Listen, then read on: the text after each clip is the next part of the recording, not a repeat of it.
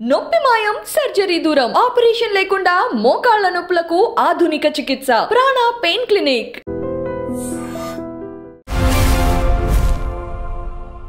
నమస్తే, welcome to I dream social spotlight with Kavitha. Konda Surekha వ్యాఖ్యల తర్వాత తెలుగు సినిమా పరిశ్రమ అంతా స్పందించింది. ఒక్కొక్కరుగా బయటికి వస్తూ ఆ వ్యాఖ్యల్ని ఖండించారు, సంఘీభావాన్ని ప్రకటించారు. అయితే కాంగ్రెస్ పార్టీ సరికొత్తగా ఇంకొక ప్రశ్న వేస్తోంది. ఫిల్మ్ ఇండస్ట్రీలో కాస్టింగ్ కౌచ్లు, మీటూ మూమెంట్లు వచ్చినప్పుడు ఇంత స్పందన ఎందుకు రాలేదు, ఇప్పుడు మాత్రమే మూకుమ్మడిగా ఎందుకు బయటికి వస్తున్నారు అనే మాట మాట్లాడుకుందాం. మనతో పాటుగా ఉన్నారు ఫిల్మ్ క్రిటిక్, సినీ రచయిత త్రిపురనేని చిట్టి గారు. చిట్టి గారు నమస్కారం అండి.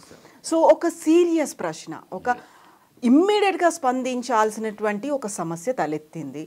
కొండా సురేఖ చేసినటువంటి వ్యాఖ్యలు, being a women, being a minister, తను ఇంకొకరి గురించి వ్యాఖ్యలు చేశారు, అందరూ ఖండించారు. చివరికి అన్యదా భావించకండి, బేషరతుగా నా మాటల్ని వ్యాఖ్యల్ని వెనక్కి తీసుకుంటున్నాను అని తను ఆ మాట చెప్పేశారు.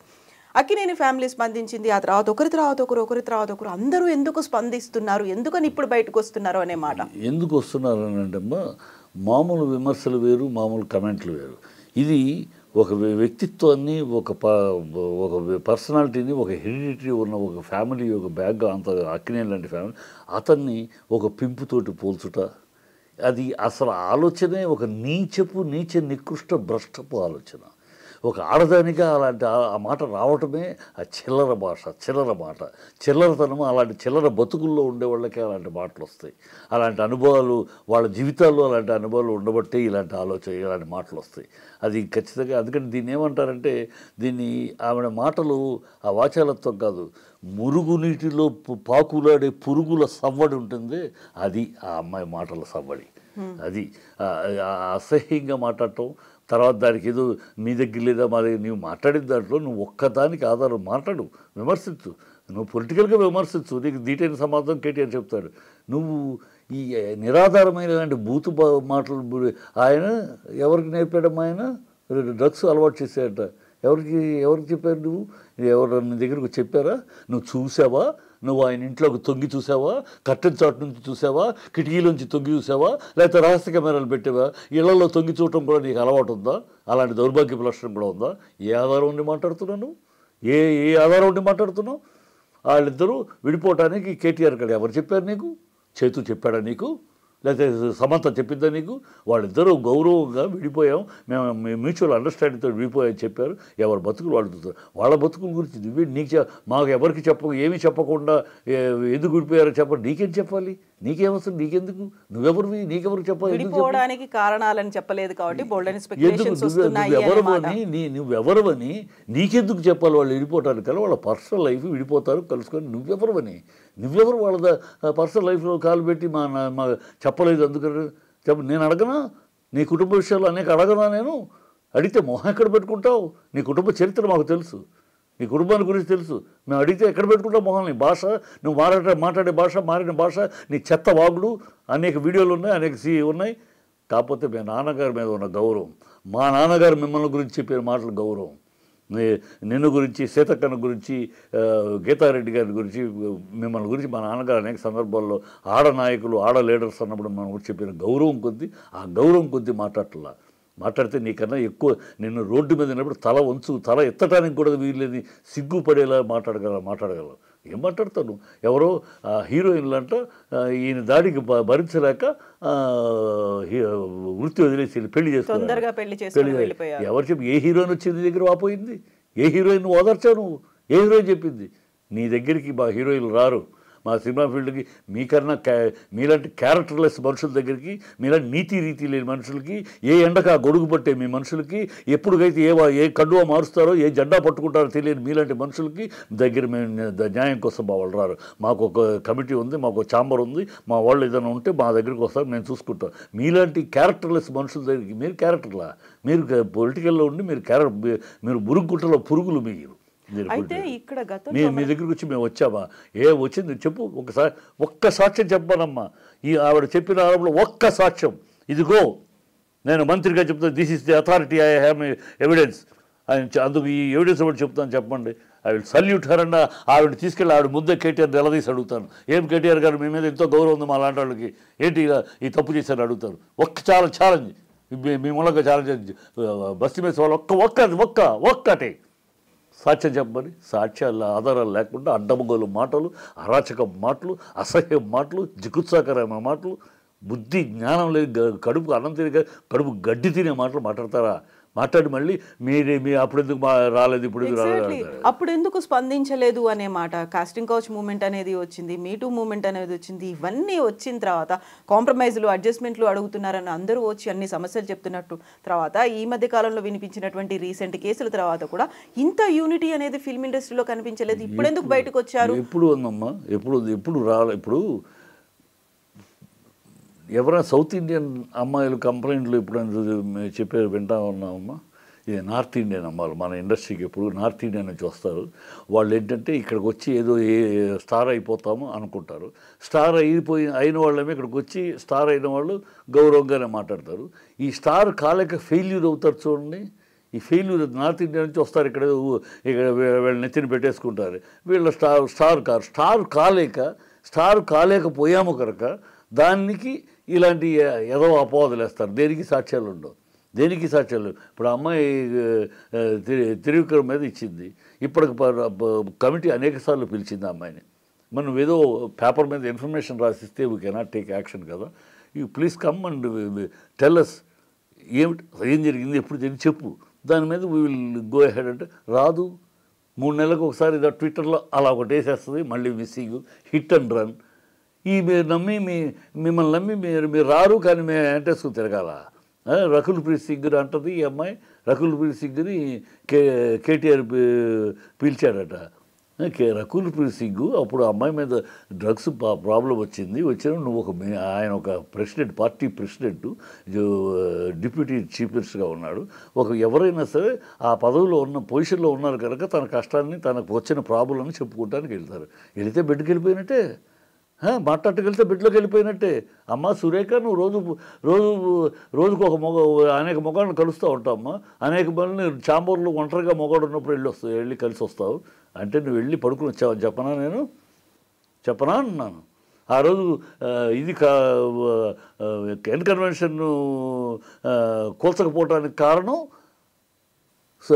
ఈ అమ్మాయితోటి సమంత అని అన్నావు. నేను కౌంటర్ తిరిగి అడుగుతాను. ఇవాళ రేవంత్ రెడ్డి కూల్చింది ఎవరు పంపిస్తే, ఎవరు రాలేదని కూల్చాడు? నువ్వు ఎవరిని పంపించాలని ఏర్పాటు చేసావు? ఆయన రాలేదని కూల్చాడు, ఆ కోపంతో కూల్చాడా ఇవాళ రేవంత్ రెడ్డి? నువ్వు ఆ రోజు మాట్లాడి తిరిగి నిన్నే అడిగితే ఎక్కడ పెట్టుకుంటావు మొహం? నువ్వు ఎక్కడ పెట్టుకుంటావు? నువ్వు అన్నావు కదా అమ్మాయి కోసం అని కూల్చేశాడట, అమ్మాయిని వదిలేశాడట అమ్మాయి కోసం అని కేటీఆర్. అమ్మాయి కోసం కేటీఆర్ వదిలేసి ఇప్పుడు అమ్మాయి రాలేదని నువ్వు కూల్చావా? ఇదేమాట నీకు వర్తిస్తుంది కదా. నోటికి ఏమొస్తాయి, లాజిక్ ఏం మాట్లాడితే ఏమొస్తాయి, ఎదుటోళ్ళు ఎలా స్పందిస్తారు, ఏమిటి? నీతి నిజాయితీ కావాలి, నీతి రీతి కావాలి. ఊరినే రాజకీయాల్లో ఉన్నాం కనుక, ఏదో పదవుల్లో కూర్చున్నాం కనుక నొట్టికొచ్చినా మాట్లాడితే సజావుగా ఉండదు, గౌరవంగా ఉండదు. ఆ అమ్మాయికి తన గౌరవాన్ని ఇప్పటికైనా సరే, ఇది తన మీద వాళ్ళ నాన్నగారి మీద ఉన్న గౌరవం ఇప్పటికైనా సురేఖకు చెప్తున్నా, నువ్వు ఇప్పటికైనా బుద్ధి తెచ్చుకుని క్షమాపణ చెప్పి, ఏదో ఒక వంకరతనంగా ఏదో ఒక క్షమాపణ చెప్పేశాను అని ఓవరాల్గా అలా ఒక తప్పు అయితే వాళ్ళు బాధపడితే, ఈ ఇఫ్లు బట్లు ఇంగ్లీష్ లాంగ్వేజ్లో ఉంటాయి, ఇఫ్ దే గాట్ హర్ట్, ఆ ఇఫ్లు బట్టులు వద్దు. నిజాయితీగా చెప్పు క్షమాపణ. ఒక సమంతకి చెప్తే సరిపోదమ్మా, నువ్వు కేటీఆర్కి చెప్పాలి. ఒక సమంతకి వాళ్ళకి చెప్తే కేటీఆర్కి చెప్పాలి. కేటీఆర్ నువ్వు రాజకీయంగా మాట్లాడేదానికి ఎవరు అడగడు. కాబట్టి నువ్వు ఏమైనా మాట్లాడు, నీ ఇష్టం. రాజకీయాలుగా దౌర్భాగ్యపు రాజకీయాలు కనుక ఎవరైనా ఏమైనా మాట్లాడు. నువ్వు పర్సనల్ అసాసినేషన్ చేసావు, క్యారెక్టర్ అసాసినేషన్ చేసావు, ఆ వ్యక్తి యొక్క పరువు ప్రతిష్టలు భంగం కలిగించావు. ఆధారాలు లేకుండా నువ్వు ఆధారాలతోటి ఏదైనా చెప్పు, ఆధారాలు లేకుండా అర్ధరహితమైన ఆరోపణలతోటి కలిగించావు. దానికి బేషరతుగా సమాధానం చెప్పు. నీ పదవికి నిన్నెవరో పైన తోసేయకుండా, నిన్ను తీసేయాల్సిన పరిస్థితి రాకుండా, తొలగించాల్సిన అవసరం రాకుండా నీకు బుద్ధి జ్ఞానం ఉంటే, మనిషివైతే మనిషిగా ఆలోచించు. నువ్వు నీ పదవికి స్వచ్ఛందంగా నువ్వు రాజీనామా చెయ్యి. అప్పుడు నీ గౌరవం మిగలబడుతుంది, నీ పార్టీ గౌరవం కూడా కాపాడబడుతుంది. నువ్వు స్వచ్ఛందంగా ఎవరో రేపు 10 మంది ఇది పెరుగుద్ది, నిన్ను వదిలిపెట్టు, సమాజం వదిలిపెట్టదు. ఏ ఆడపిల్ల వదిలిపెట్టు, నువ్వు ఎక్కడికి వెళ్ళినా ఆడపిల్లలు నిలదీస్తాను నిన్ను. ఎక్కడికి వెళ్ళినా సమాజం నిలదీస్తుంది, మీడియా నిలదీస్తుంది, ఎక్కడికి వెళ్ళినా ఈ ప్రశ్న నేను వెంటాడుతూనే ఉంటుంది. కనుక నేను ప్రక్షాళన చేసుకో, నీ అంతటా నువ్వు స్వచ్ఛందంగా నేను చేసిన తప్పుకి పదవి నుంచి విరమిస్తున్నాను అని చెప్పు. ప్రజల్లో ఒక మార్పు వస్తుంది. పోనీ పాపం మాట్లాడింది కానీ పదవి కూడా రాజీనామా చేసింది కదా, అప్పుడు మళ్ళీ నీ మీద కాస్త సానుభూతి, నీ మీద ఉన్న దుష్ట ఇది పోతుంది. అది చెయ్యి, పార్టీకి కూడా మంచి. అదే గెంటించుకోబడతావు, కోర్టులో నిలబెట్టబడతావు, కోర్టులో పరువు పోగొట్టుకుంటావు. నీ అధినాయకుడు రాహుల్ గాంధీ లాగా సారీ చెప్పను సారీ చెప్పి 3 సార్లు చెప్పాడు, 3 సార్లు కోర్టుల దగ్గర 3 సార్లు చెప్పాడు. ఇలాంటి వాగుళ్ళు వాగే.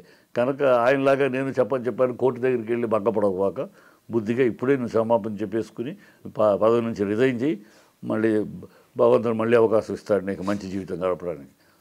చిట్టి గారు, ఇప్పుడు ఆర్జీవీతో పాటుగా మరికొంతమంది ప్రముఖులు సమంతకు కాదు సారీ చెప్పాల్సింది, ఇప్పుడు entire Akkineni family, entire Akkineni legacy ఉంది అక్కడ. నాగార్జునకి చెప్పాలి, నాగచైతన్యకి చెప్పాలి, వాళ్ళని కదా అంత క్రూరంగా చిత్రీకరించింది అనే ఒక మాట.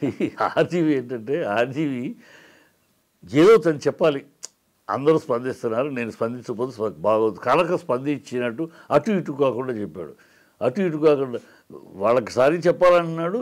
మరి ఈ అమ్మాయి అవసరం లేదంటే ఈ అమ్మాయి బాధితురాలు కాదు, ఈ అమ్మాయి తప్పు మాటలు కాదు, ఈ అమ్మాయిని వాడబోయారు అది అంటే అసలు అమ్మాయిని ఒక వస్తువు కింద మాట్లాడిన మాటలు కావు.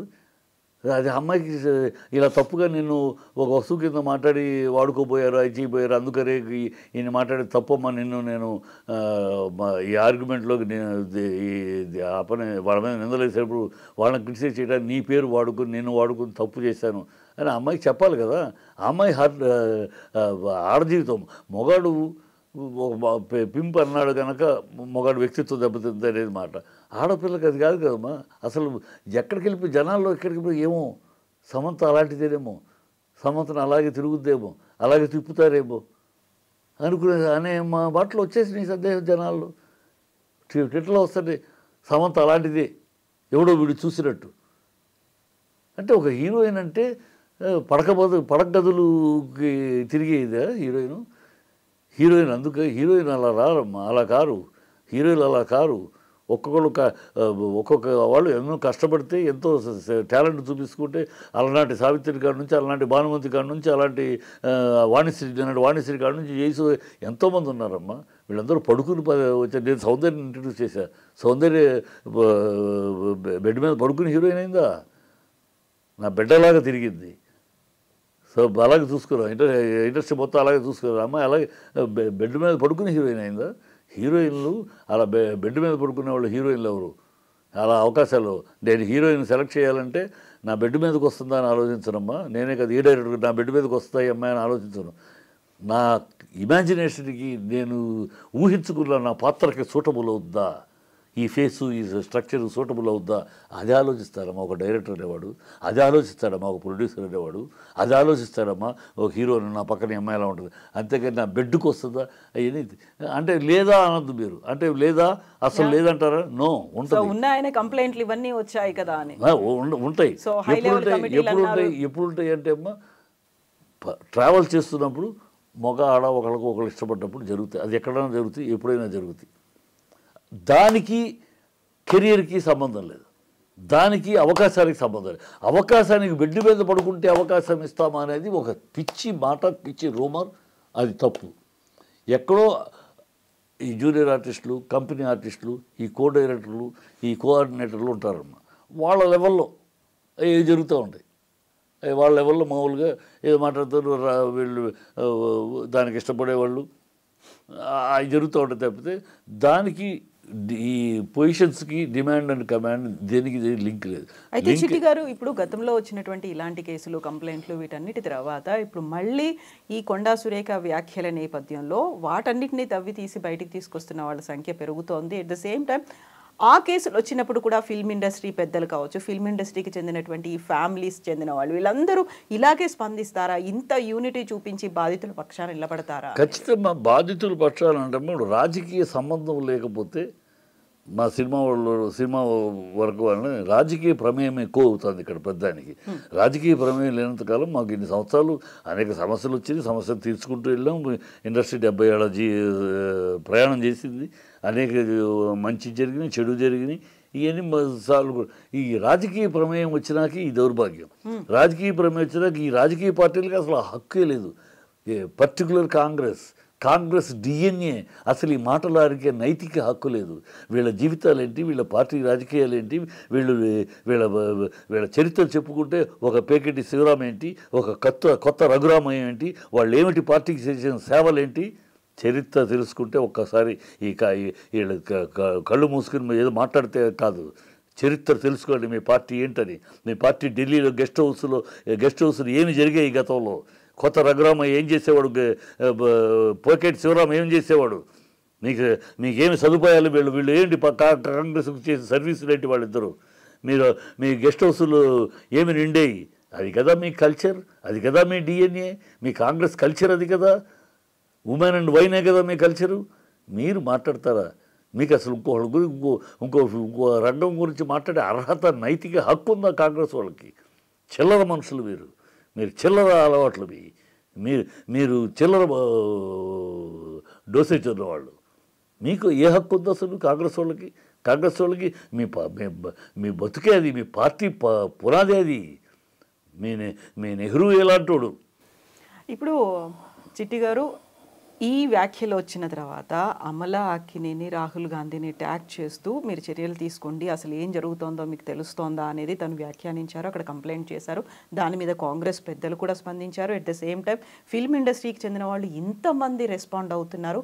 ఒక బీసీ మహిళ నా వ్యాఖ్యల్ని వెనక్కి తీసుకుంటున్నానని చెప్పిన తర్వాత ఇంత అటాక్ చేయడం అవసరమా అనే మాటలు. మీరు అనవసరంగా ఫుల్ సర్టిఫికేట్ ఇస్తున్నారమ్మా. అమ్మాయి ఫుల్గా తీసుకోవాలా, సగమే తీసుకుంది. అవును, క్షమాపణలు చెప్పలేదు, క్షమాపణ చెప్పలేదు. నా మాటలు వెనక్కి తీసుకుంటాం కూడా సగమే.